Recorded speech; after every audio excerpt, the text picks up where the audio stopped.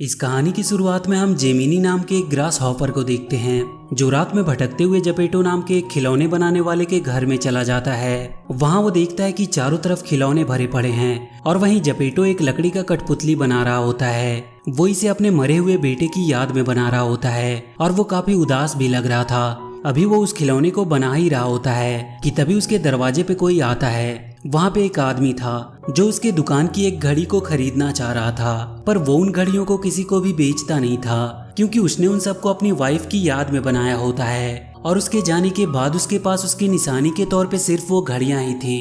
वो उस लकड़ी के खिलौने का नाम पिनोकियो रखता है क्योंकि उसने उसे पाइन की लकड़ी से बनाया था। थोड़ी देर पिनोकियो के साथ खेलने के बाद वो अपनी पालतू कैट फिगेरो के साथ सोने चला जाता है, पर सोने से पहले वो खिड़की से एक टूटते हुए तारे को देखता है और उससे अपनी कोई विश मांगता है और इसके बाद वो सो जाता है। पर तभी कुछ देर बाद उस खिड़की से ब्लू रोशनी आने लगती है जो उसके बेटे की तस्वीर से होते हुए पिनोकियो पर पड़ती है और देखते ही देखते पिनोकियो में जान आ जाती है, जिसे देखकर जिमेनी हैरान हो जाता है और वो जाकर उससे बात करने की कोशिश करता है। वो उससे पूछता है कि तुम बोल कैसे सकते हो, पर जेमिनी देखता है कि पिनोकियो उसकी बातों को रिपीट करके उसे बता रहा है। और तभी उस कमरे में एक ब्लू फेरी आती है और वो जेमिनी से कहती है कि जपेटो ने सच्चे मन से एक मुराद मांगी थी जिसे वो पूरा करने आई है। और तभी वो देखती है कि पिनोकियो उसकी बातों को रिपीट कर रहा है, तो वो अपने जादू से उसे ठीक कर देती है और अब पिनोकियो पूरी तरह से बिल्कुल किसी लड़के की तरह बन गया था, बस उसका शरीर सिर्फ लकड़ी का था। पिनोकियो उस फेरी से पूछता है कि क्या वो असली लड़का बन गया है। इस पर ब्लू फेरी उससे कहती है कि तुम एक असली लड़के बन सकते हो, पर उससे पहले उसे साबित करना होगा कि वो एक सच्चा और अच्छा लड़का बनना चाहता है और इसके लिए उसे हमेशा अपनी जमीर की आवाज सुननी होगी और सही फैसले लेने होंगे। पर पिनोकियो को समझ नहीं आता है कि जमीर क्या चीज होती है, तो जेमिनी उसे बताता है कि जमीर उसके दिल से निकली हुई सच्ची आवाज को कहते हैं। पिनोकियो उससे कहता है कि क्यों नहीं तुम मेरी जमीर बन जाओ। ब्लू फेरी को उसकी बातें अच्छी लगती है और वो जेमिनी को अपनी पावर से पिनोकियो की जमीर बना देती है और उससे कहती है कि आज से वो पिनोकियो का गाइड बनकर रहेगा और उसे सच्चाई और बुराई में फर्क करना सिखाएगा। और इसके बाद वो ब्लू फेरी वहां से चली जाती है, पर उसके जाते ही खिड़की की आवाज सुनकर जपेटो जाग जाता है और वो उठकर देखने लगता है। पर तभी पिनोकियो उसे डैड कहकर बुलाता है। पिनोकियो को बोलता हुआ देखकर वो काफी हैरान होता है और डरने लगता है, पर किसी तरह वो अपने आप को संभालते हुए उससे पूछता है कि ये कैसे पॉसिबल हो सकता है। पिनोकियो उसे बताता है कि जो उसने मुराद मांगी थी उसे ब्लू फेरी ने पूरा कर दिया है और वो एक असली बच्चा भी बन सकता है, बस उसे कुछ चीजें सीखनी है। जपेटो उसे पाकर बहुत खुश होता है और वो उसे अपनी गोद में उठाकर डांस करने लगता है और इस तरह पिनोकियो जपेटो की छोटी सी फैमिली का हिस्सा बन गया और छोटी मोटी दिक्कतों को झेलते हुए वो एक खुशहाल फैमिली बन गए। पर कुछ दिन के बाद जपेटो पिनोकियो से कहता है कि अब उसके स्कूल जाने का समय आ गया है और अगले दिन वो उसे स्कूल भेज देता है। पिनोकियो के वहाँ से जाने के बाद वहाँ एक बर्ड सोफिया आती है जिसे जपेटो खाना देकर घर के अंदर चला जाता है। अंदर सो रहे जिमिनी को जब ये पता चलता है कि पिनोकियो स्कूल जा चुका है तो वो जल्दी से घर के बाहर भागता है जहाँ उसे सोफिया मिलती है। वो उससे पूछता है कि क्या वो स्कूल तक उसे जल्दी से पहुंचा सकती है। सोफिया उसे अपनी चोंच में पकड़कर ले जाती है और इसके बाद हम एक फॉक्स को देखते हैं जो स्कूल के बच्चों के साथ पिनोकियो को वहां से जाते हुए देखता है। एक जिंदा कठपुतली को देखकर उसे काफी हैरानी होती है और इसके साथ ही उसके शैतान दिमाग में पिनोकियो को पैसे के लिए सर्कस में बेचने का आइडिया आता है।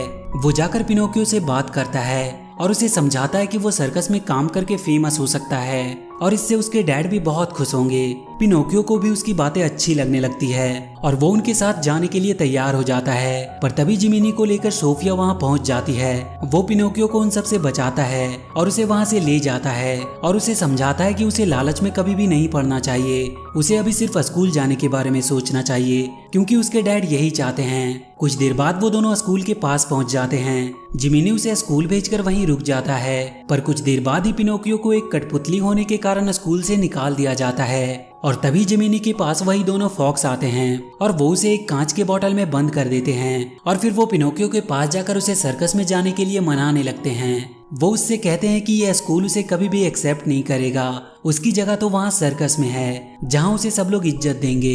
पिनोकियो उनके साथ चला जाता है। जिमिनी उसे चाहकर भी रोक नहीं पाता है और इधर जपेटो बहुत देर तक पिनोकियो के घर न आने की वजह से बहुत परेशान होता है और वो उसे ढूंढने के लिए निकल जाता है। इसके बाद हम स्टॉम्बोली नाम के एक सर्कस ऑनर को देखते हैं जो लोगों को आज पिनोकियो का शो दिखाने वाला था। वहीं हम फेबियाना नाम की एक लड़की को भी देखते हैं जो पिनोकियो को तैयार कर रही होती है। वो उसे बताती है कि स्टॉम्बोली एक लालची आदमी है और वो किसी की भी इज्जत नहीं करता है। और कुछ देर के बाद ही पिनोकियो का शो शुरू हो जाता है। वो वहाँ के बाकी के कठपुतलियों के साथ मिलकर बहुत ही अच्छा डांस करता है। वहाँ के सारे लोग एक बिना डोरी की कठपुतली को देखकर काफी हैरान होते हैं और वो खुशी से तालियां बजाने लगते हैं। पिनोकियो अपने डांस में इतना खो जाता है कि उसके पैरों से आग निकलने लगती है। स्टॉम्बोली ये देखकर जल्दी से उस पर पानी डालता है और आग को बुझाता है। सारे लोग उसके ऊपर पैसों की बारिश करने लगते हैं। शो खत्म होने के बाद स्टॉम्बोली पिनोकियो को एक पिंजरे में बंद कर देता है। पिनोकियो उससे कहता है कि उसे घर जाना है, पर वो उसे जाने नहीं देता है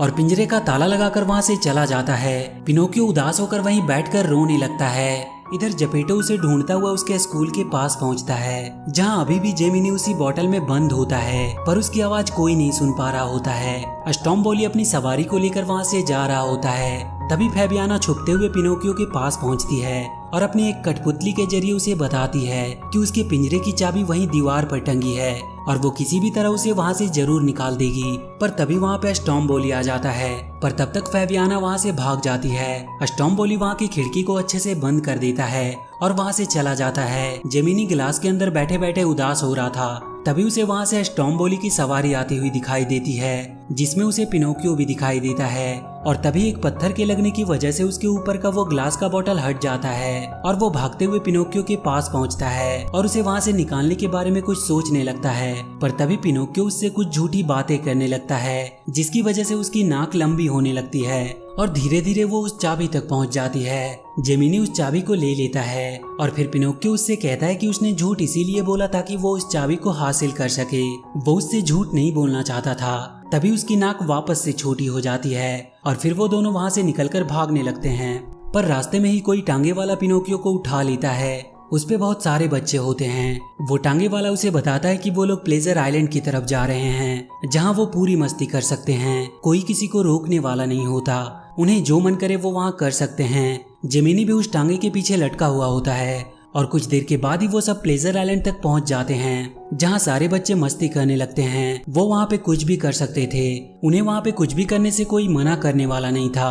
पिनोकियो लैम्पिक नाम के एक लड़के के साथ वहां मस्ती करने लगता है। वो देखता है कि वहां बच्चे बहुत तोड़ फोड़ मचा रहे होते हैं, जो कहीं ना कहीं उसे ये सब पसंद नहीं आता है। इधर जपेटो पिनोकियो को ढूंढ ढूंढ कर परेशान हो रहा था। तभी उसके पास सोफिया आती है, जो उसे प्लेजर आइलैंड का एक पैम्पलेट दिखाती है। जपेटो समझ जाता है कि पिनोकियो प्लेजर आइलैंड पहुंच चुका है, जिसे सोचकर ही वो बहुत डरने लगता है। इधर हम जेमिनी को देखते हैं, जिसे वहाँ उस आइलैंड पे दो खतरनाक डेमन दिखाई देते हैं, जो वहाँ के कुछ गधों को पकड़कर कैद कर रहे थे। जेमिनी हैरान था कि वहाँ पे इतने सारे गधे आए कैसे। इधर पिनोकियो लैम्पिक के साथ रूम में बैठकर खेल रहा होता है। तभी उसे ढूंढते हुए वहाँ जेमिनी आता है, पर लैम्पिक अपने स्टिक से उसे जोर से मारता है, जिससे जेमिनी एक छोटी सी पाइप से होते हुए कहीं नीचे गिरता है, जहाँ उसे बहुत सारे वही डेमन्स गधों को कैद करते हुए दिखाई देते हैं। वो डर के मारे छुपने लगता है। उसे समझ नहीं आ रहा था कि यहाँ हो क्या रहा है। वो देखता है कि वो टांगे वाला उन गधों को कहीं बेचने की बात कर रहा है। तभी एक गधे को पकड़ते वक्त उससे एक रॉकेट निकलकर जेमिनी के पास गिरता है। इधर पिनोकियो लैम्पिक से बात करते हुए देखता है कि उसके कान अचानक से बड़े हो गए हैं और उसकी पूंछ भी निकल आई है और अब तो उसका फेस भी एक गधे के जैसा हो गया था। वो बहुत ज्यादा डरने लगता है और धीरे धीरे वो पूरी तरह से एक गधे के रूप में बदल जाता है। और तभी अचानक से पिनोकियो के कान भी बड़े हो जाते हैं और उसकी भी पूंछ निकल आती है। और तभी उस रॉकेट पे बैठकर वहाँ जेमिनी आता है और वो पिनोकियो को जल्दी से वहाँ से भागने को कहता है। पर तब तक वहाँ पे वो टांगे वाला अपने डेमन के साथ आ जाता है और उन्हें पकड़ने के लिए उनके पीछे भागता है। पर पिनोकियो जेमिनी के साथ वहाँ से नीचे समुद्र में कूद जाता है और वहाँ से तैरते हुए वो बाहर जाने लगते हैं। पिनोकियो और जेमिनी किसी तरह अपने घर पहुँचते हैं, पर वो देखते हैं कि जपेटो घर पे नहीं है। और तभी सोफिया आकर उन्हें बताती है कि जपेटो उसे ढूंढने के लिए प्लेजर आइलैंड की तरफ गया है। और इसके बाद वो दोनों सोफिया के सहारे उस दिशा में जाने लगते हैं जिधर जपेटो गया था। और कुछ देर के बाद ही उन्हें जपेटो की बोट दिखाई देती है। वो उन्हें आवाज देने लगते हैं। जपेटो पिनोकियो को अपनी ओर आता हुआ देखकर बहुत खुश होता है और अपनी बोट को उनकी तरफ मोड़ देता है। पर जैसे ही वो एक दूसरे के पास पहुंचने ही वाले होते हैं कि तभी उनकी बोट के साथ ही एक बड़ा सा सी मॉन्स्टर निकल जाता है। जेमिनी और सोफिया तो बच जाते हैं, पर वो दोनों उसके अंदर चले जाते हैं अंदर पिनोकियो जेपेटो से मिलकर बहुत खुश होता है और इसके बाद वो दोनों वहाँ से बाहर निकलने का कोई तरीका ढूंढने लगते हैं। पिनोकियो अपने पैरों को जोर से रगड़कर आग निकालता है और वहाँ पे पड़ी लकड़ियों से वो लोग आग जला देते हैं और उसकी वजह से वहाँ बहुत धुआं होने लगता है। और तभी वो मॉन्स्टर अपना मुंह खोलता है